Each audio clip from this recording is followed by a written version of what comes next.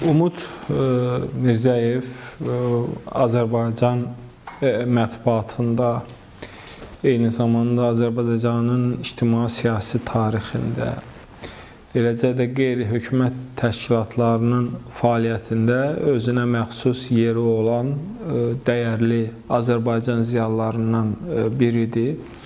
Biz Ümid müəllimin fəaliyyətinə baxanda, bunu təhlil edəndə, bunun bir neçə istiqamətdə önəmli istiqamətlərini görürük. Yəni, burada bir tərəfdən Azərbaycan həqiqətlərinin dünyaya çatdırılması, Azərbaycan ərazilərinin minalara məruz qalması, minaların bastırılması və mina terroru ilə bağlı tədbirlərdə dünya ictimaiyyətinə bu məlumatların çatdırılmasında biz onun fəaliyyətini görürük.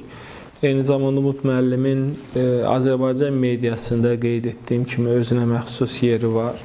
Bugün onun yaratdığı Beynəlxalq Avrasiya Fondu bu prosesə öz töhfəsini verir. Bir neçə dildə məlumatların yayılması, bir neçə dildə gündəlik xəbərlərin tirajlanması bu o qədər də asan bir iş deyil və eyni zamanda xüsusi qeyd etməli olduğumuz məsələlərdən biri də zaman-zaman onun bilavasitə təşkilatçılığı ilə dünyanın müxtəlif yerlərindən jurnalistlərin, televiziya işçilərinin, aparıcı media quruluşlarının Azərbaycana səfəri, Azərbaycanın işğaldan azad olunmuş ərazilərdə çəkilişlər aparması, Azərbaycanda keçirilən tədbirlərdə iştirakı da bu baxımdan xüsusi önəm daşıyır və eyni zamanda ingilis dilində və digər dillərdə kitabların nəşri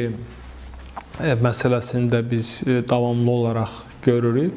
Ümumilikdə götürdükdə isə Azərbaycan həqiqətlərinin təbliği, Azərbaycan mediasının inkişafı, eyni zamanda Azərbaycan media quruluşları ilə xarici dövlət media quruluşları arasında əlaqələrin inkişafı məsələsində Umud müəllimin bir ciddi fəaliyyəti var və bu fəaliyyət özünü həm Azərbaycan mətbuatında, həm qeyri-hökumət təşkilatlarının fəaliyyətində açıq şəkildə göstərir. Biz Umud müəllimi səmimi qəlbdən təbrik edirik.